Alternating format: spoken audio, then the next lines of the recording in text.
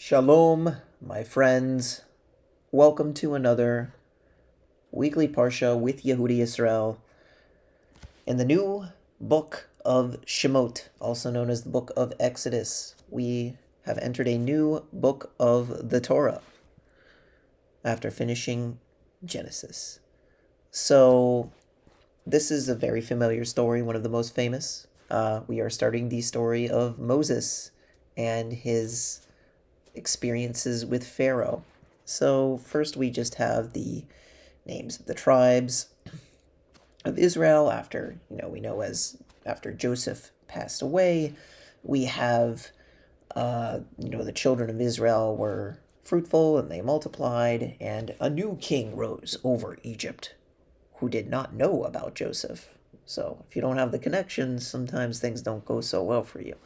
So that's what ended up happening is the new leader, the Pharaoh, who didn't know Joseph, was not so fond of the Israelites, and he wanted to afflict them so that they wouldn't be able to, raise in power over them because they were becoming too numerous.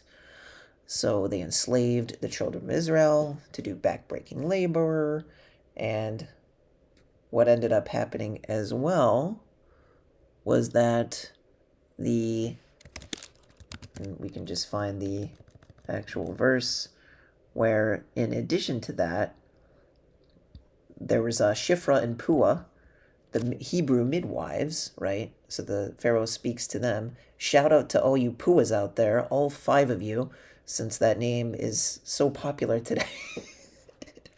Does anybody know someone named Pua? I know, Shifras are a dime a dozen in the Jewish world, but Pua, not quite a common name. I wonder why. Anyway, yeah, if you're named Pua, God bless you. And he said, when you deliver the Hebrew woman, he says this to Shifra and Pua, the midwives, and you see on the birth stool, if it's a son, you shall put him to death, but if it's a daughter, she may live, right? So we know that Shifra and Pua were actually Yochebed and Miriam, according to the commentaries. According to Rashi, I believe he makes that comment. She was Miriam, Pua, and Yochebed. Yes. So yeah, that was Moses's mother Yochebed and his sister Miriam. They obviously did not kill the boys, and then we move on to the next chapter. So we have, or I guess it's still the same chapter, but the story, they didn't kill the boys, and they said that the children had already been born, so they couldn't do that. They did not commit infanticide, so Baruch Hashem. So now it says, a man of the house of Levi went and married a daughter of Levi. Well, we already were introduced to Yochebed, but it's interesting because technically Amram, who was the man of the house of Levi, he married his aunt. Now, that is a prohibition according to the Torah later, but at this point, the Torah was not written. So similarly to how Jacob married 2 sisters, this was kind of one of those unique situations where a forbidden relationship took place, right? So what ended up happening here is Moses is born, right? And he's, the story about him being put into the basket and in the Nile, and Pharaoh's daughter, Bisya Basya Batya, as she is known, went and found the Hebrew baby, right? She was able to identify him as one of the children of the Hebrews. And his sister said to Pharaoh's daughter, shall I go and, so this is Miriam, shall I go and call a wet nurse from the Hebrew women so that she shall nurse the child for you? And it's a done deal. And he gets to, ironically, nurse from his own mother and simultaneously grow up eventually in the palace of the Pharaoh. And he grew up adopted, pseudo-adopted by Pharaoh's daughter. And he was named Moshe, which means, for I drew him out from the water.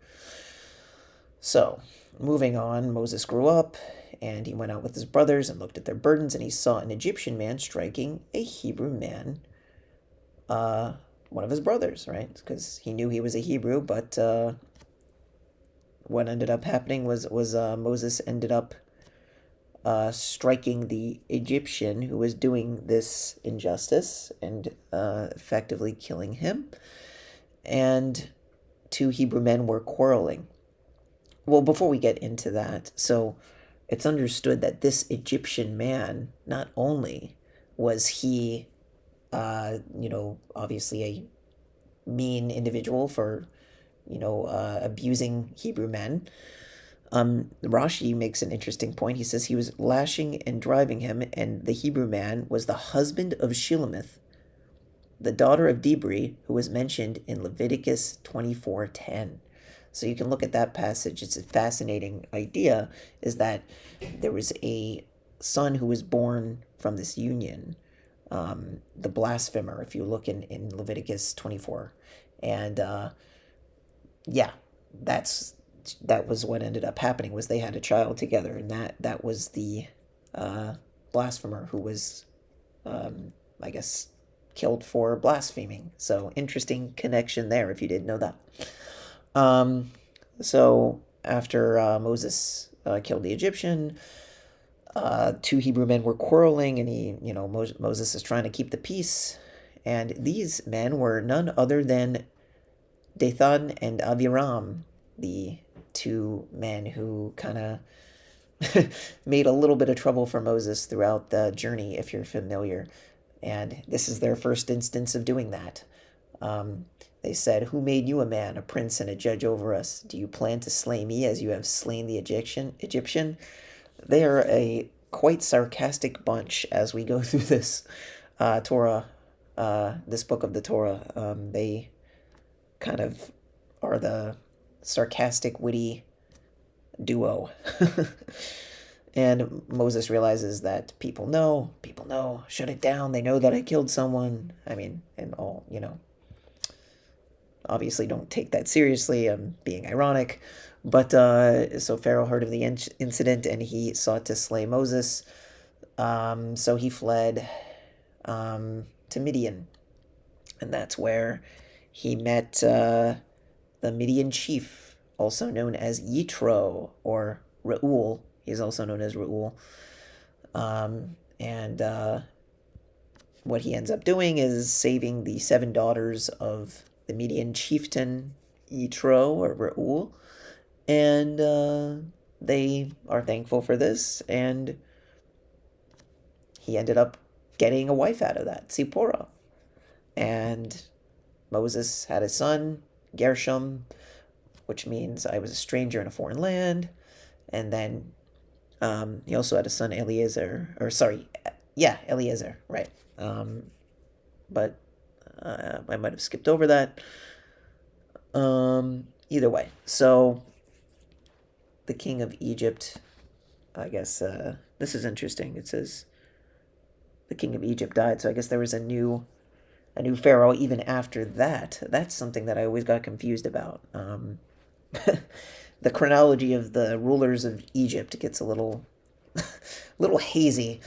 But anyway, moving on, Moses, so Jethro here is referred to as Yitro instead of Reuel. Once again, he's known as both. So here is an interesting part, Exodus chapter 3. Christians love this part because the angel of the Lord, the great Jesus angel hunt, this is one of the core passages that they use to try and abuse the context of what's happening here. And they say, well, look, the angel of the Lord appeared to him in a flame from within the thorn bush, and behold, the thorn bush was burning with fire, and the thorn bush was not being consumed, right? And Moses says, let me not turn and see this great spectacle. Why does the thorn bush not burn up, right? He was able to observe this. And it says, and the Lord saw that he had turned to see, and God called to him from within the thorn bush and said, Moses, Moses. And he said, here I am. So the Christian would argue that because the angel of the Lord was described as being inside the thorn bush, and that God is speaking from the thorn bush, that we must assume that the angel is synonymous with God himself, chas v'shalom. Of course, we know that this wouldn't make any sense based on what is said in Deuteronomy chapter 4, verses 9 through 19, where it explicitly states that God would not appear to us in any form. And you can watch this video where I debated Sam Shemot on this topic before he rudely kicked me off the show. But that's all explained here. We go over and debunk the great Jesus angel hunt. But I also wanted to use another argument to demonstrate this, that simply, the Christian's argument is basically, who's speaking, the angel or God, right? Well, it looks like they're both speaking, so that means the angel must be God, because the angel's words are the same as God's words. Well, if we use that same logic in Isaiah chapter 7, right, this is a famous, and if you guys want me to do a video on Isaiah chapter 7, verse 14, I will gladly do that to show that this has nothing to do with the birth of Jesus, but rather the birth of Isaiah's son in the very next chapter. I will do that video in depth if you want me to. Let me know in the comments. But I'm highlighting this chapter for a different reason here. We see that in this chapter, the Lord speaks to Isaiah about what he's supposed to do. Go toward Achaz and Shar Yeshav your son. And, basically God is prophesying to Isaiah. And eventually, he's getting all these prophecies. And so said the Lord God, so shall it not succeed. So God is speaking here, right? And it says, and the Lord continued to speak to Achaz, right? So God is the speaker here. And he says, ask for yourself a sign from the Lord. Ask your God. Ask it either in the depths or in the heights above. And Achaz said, I will not ask, and I will not test the Lord. And then he said, right? We would assume that God would still be the speaker. It doesn't distinguish between Isaiah and God. It says, listen now, O house of David, is it little for you to weary men, that you weary my God as well? And then we have the famous Isaiah 7:14 passage. Like I said, if you want me to do a video on that, I will gladly do that. I did a whole debate with that in my YouTube channel with Biblical Apologetics. So if you want to see that debate, give it a watch right here with Courtney Smith. But yeah, if we use this Christian logic here, then because the Lord is continuing to speak to Achaz, but there's never a distinction between who's speaking, then we would have to assume that chas v'shalom, Isaiah is God, using the same logic that the Christian would use in Exodus chapter 3. Who's the speaker? The angel or God? Well, who's the speaker? Isaiah or God? You want to say that Isaiah is God? I don't. That would be blasphemy. That would be idolatry. That is not what is happening. So watch this video in Deuteronomy chapter 4, verses 9 through 19, and also paired with Deuteronomy 13, where we demonstrate that just because an angel or a prophet speaks on behalf of God, it does not mean that we must assume that that is synonymous with God. That's just a very, it's not a, it doesn't make sense, and it's a forced way of looking at the text to try and justify the worship of a man or an angel. It's just not a correct way of reading the text. So, yeah, in Deuteronomy chapter 4, verses 9 through 19, explicitly says that you saw no image when God spoke to you out of the fire, and, that's it. That's our command. We wouldn't assume, the exception is the angel of the Lord when he appears in the form of a man, and that's really Jesus. Like, that's the convoluted mess you have to deal with if you want to understand how Christianity views it. The Tanakh is consistent, and our understanding in Judaism is consistent with this, and we respect God's explicit commands. So watch this video if you're still confused about this and you think that for some reason the angel of the Lord here is somehow some God man. That is not how it is understood, and The angel is simply a messenger on behalf of God. That's why he's described as an angel of the Lord, not God in the flesh or whatever Christians want to interpret that as. So, of course, you have the, famous Moses is, being called to be a leader to the people, and he's saying, well, I'm slow of speech, they're not going to listen to me, and Hashem gives him different signs. So, for example, the snake, the staff that turns into a snake, and vice versa, and then you have, the idea of the the water that turns into blood, and then you also have the concept of the hand. Now, the Black Hebrew Israelites like to say something about the hand, where it turns leprous as snow, and they claim like you have to have some sort of, I don't know why it's not. Oh, maybe it's in the next part. Well, there's either way. Just to rewind a little bit, you have God using his, ineffable name, right? So you get the introduction to that. And God is basically revealing himself to Moshe, obviously not in a physical form. Let me see if I can find the... Yeah, right. This is the sign where it says, put your hand to your bosom. And he put his hand to his bosom, and he took it, and behold, it was leprous like snow. You don't have to have skin that is completely black in order for this to be a miracle, right? I mean, even people who appear phenotypically as quote unquote white, right? That doesn't mean that, this is some sort of thing that would be not visible to the eye, to think like how, what is leprous? What does that look like? It doesn't necessarily mean that in order for it to be seen as a miracle, especially, you would be able to see the contrast. It doesn't mean that it must be, the opposite on the color palette. So it's just a very weak argument for people who want to argue that Jews are all some sort of monolithic skin color. That's never the way Jews have been defined, and this passage doesn't prove to the contrary. It's just simple logic. So, yeah, then you have God basically saying to Moses, he says, oh, I'm slow of speech, this isn't going to be a good fit. Why choose me as a leader? And God says, Aaron's going to be there to help you.